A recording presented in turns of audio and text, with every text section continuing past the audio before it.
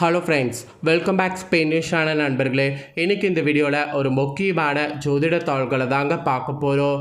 Actually இது ஜோதிட தாள்கள்னு சொல்கிறத விட இது அனைவரும் தெரிஞ்சுக்க வேண்டிய ஒரு முக்கிய ஆன்மீக தாள்கள் என்று சொல்லலாம். அப்படி என்ன முக்கியமான ஆன்மீக தாள்கள் அப்படிங்கிறத வாங்க இப்போ இன்ட்ரோவில் ஷேர் பண்ணுறேன். ஸோ நாளைக்கு தேதி பார்த்திங்கன்னு வச்சுக்கோங்களேன், ஆகஸ்டுடைய 7ஆம் நாள். அதே போல் தமிழ் மாதம் ஆடியுடைய 22ஆம் நாள் கிழமை, அதே போல் வெள்ளிக்கிழமை.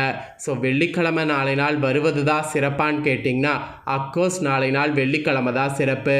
நாளை நாள் வரக்கூடிய வெள்ளிக்கிழமை ஆடி மாதத்தில் வரக்கூடிய வெள்ளிக்கிழமை, அதுவும் இந்த ஆடி பிறந்து வரக்கூடிய 4வது வெள்ளிக்கிழமை.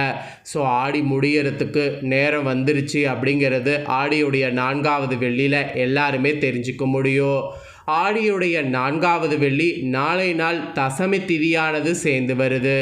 அதோடு பஞ்சம திதியும் சேர்ந்து இருக்குது. இந்த சிறப்பான நாளில் நீங்கள் செய்ய வேண்டிய சில ஆன்மீக பரிகாரங்களை தான் உங்களுக்கு இந்த வீடியோவில் சொல்ல போகிறேன். ஆக்சுவலி ஆடியுடைய ஒவ்வொரு வெள்ளிலையும் என்னென்ன விஷயங்கள் செய்யணும் அப்படிங்கிறத ஷேர் பண்ணிட்டு வரேன். அதில் ஆடியுடைய 4வது வெள்ளி ஸ்பெஷலை வாங்க பார்க்கலாம். ஆடி அப்படின்னாவே அது ஸ்பெஷல் அப்படிங்கிறத புரிஞ்சுக்குங்க. ஆடி மாதத்தை அம்மன் மாதம், சக்தி மாதம், இந்த மாதிரி பல சிறப்புகள் கொண்டு அழைக்கலாம். மற்ற மாதங்களை விட பல சிறப்புகளை இந்த மாதம் கொண்டிருக்கிறதுனால தான் திருமணம் போன்ற சுபகாரியங்களே இந்த மாதம் செய்யப்படாது. அதுக்குன்னு இந்த மாதம் ரொம்ப கெட்ட மாதம் அப்படிங்கிறது கிடையாது.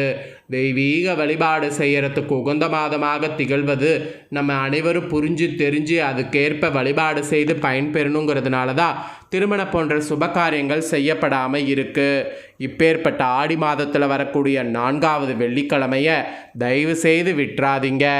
சரி வாங்க, என்ன வழிபாடு செய்யணும் அப்படிங்கிறத இப்போ இந்த வீடியோவில் அதிரடியாக டீட்டெயில்டாக பார்க்கலாம். பஞ்சமியில் வரக்கூடிய ஆடியுடைய 4வது வெள்ளி இந்த வழிபாட்டை செய்தால் உங்களுடைய வாழ்க்கையில் வெற்றியும் செல்வமும் சேரும் என்பது தர்ம சாஸ்திரத்தில் கூறப்பட்டிருக்கு. ஸோ அதை தான் எப்படி அப்படிங்கிறத இப்போ நான் உங்களுக்கு இந்த வீடியோவில் ஷேர் பண்ண போகிறேன். ஆக்சுவலி வெள்ளிக்கிழமை வரக்கூடிய இரவு நேரத்தில் அந்த சுக்கிர ஹோரை வருதில்ல, அந்த ஹோரையில் பார்த்து மகாலட்சுமியை வழிபடுவது மிகவும் சிறப்பானது. அதிலும் ஆடி மாதம் 4வது வெள்ளிக்கிழமை இந்த வழிபாடு செய்யும்போது அதை பலன் மிகவும் அதிகமாக உங்களுக்கு கிடைக்கும்.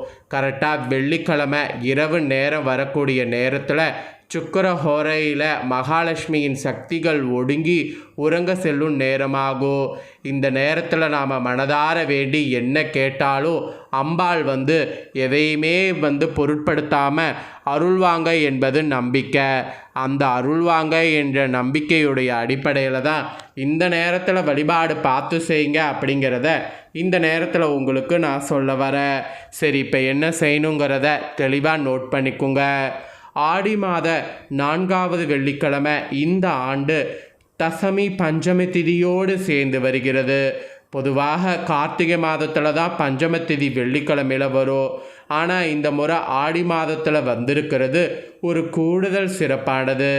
இந்த ஸ்பெஷல் நாளில் மகாலட்சுமியின் மனமகிழும்படி வீட்டில் வழிபட்டால் மகாலட்சுமி நம்மளை அறியாமையே நிரந்தரமாக நம்மளுடைய வீட்டில் வாசம் செய்வாங்க என்பது நம்பிக்கையாக தர்மசாஸ்திரத்தில் கூறப்படுது. ஆக்சுவலி இந்த ஆடி மாதத்தில் வரக்கூடிய அனைத்து வெள்ளிக்கிழமைகளுமே ஒவ்வொரு விதமான தனி சிறப்பை பெற்றவை என்று சொன்னால் அது மிகையாகாத உண்மை. சுக்கிரனும் மகாலட்சுமியும் உரிய வெள்ளிக்கிழமை எப்போதுமே ஒரு குறிப்பிட்ட திதி அல்லது நட்சத்திரத்தோடு இணைந்து வரும்போது அது இன்னும் மிக அதிக சக்தி வாய்ந்ததாக கருதப்படுது. அதிலும் இந்த ஆண்டு வரக்கூடிய ஆடி மாதத்தில் 4வது வெள்ளிக்கிழமை தசமி பஞ்சமி திதியோடு இணைந்து வருது. பொதுவாக தசமி பஞ்சமி என்றாலே கண்டிப்பாக அது வராகி அம்மன் வழிபாட்டை தான் நாம் செய்யணுங்கிறது குறிப்பிடப்படும். ஆனால் வெள்ளிக்கிழமையில் பஞ்சமி இணைந்து வரும்போது அது வளர்பிறை பஞ்சமியாக இருந்தால் இன்னும் சிறப்பு. ஆனால் நாளை நாள் தேய்பிறை பஞ்சமி தான் இருந்தாலும் பிரச்சனை இல்லை. இதுவும் வெள்ளிக்கிழமையோடு சேர்ந்து வருதா, அப்போ மிகவும் ஆற்றல் மிக்க நாளாக குறிப்பிடப்படுது. ஸோ நீங்கள் அதனால் கண்டிப்பாக நாளை நாளை மிஸ் பண்ணக்கூடாது. கரெக்டாக நாளை நாள் நான் சொல்கிறத நீங்கள் செய்தீங்கன்னா நிச்சயம் உங்களுக்கு சொல்லி அடித்த மாதிரி வாழ்க்கை சும்மா கில்லி மாதிரி பார்த்திங்கன்னு வச்சுக்கோங்களேன் மாறும். சரி, அப்படி என்ன பண்ணும் அப்படிங்கிறத பார்க்கலாம். நீங்கள் இந்த இடத்துல ஒரு டவுட் கேட்கலாம், எல்லா மாதத்துலேயுமே வந்து இதை செய்யலாமான்ட்டு. எல்லா மாதத்தில் வரக்கூடிய வெள்ளிக்கிழமை, பஞ்சமி, தசமி இதிலெல்லாம் செய்யலாம். ஆனால் ஆடியில் இதெல்லாம் ஒன்றா வரும்போது செய்யும்போது அப்போ கோடான கோடி பலன் கிடைக்கும். அப்போ ஆடியில் வரக்கூடிய நாளை மிஸ் பண்ணிடாதீங்க. ஸோ நாளை நாள் என்ன செய்யணுங்கிறத வாங்க இப்போ வந்து பார்க்கலாம்.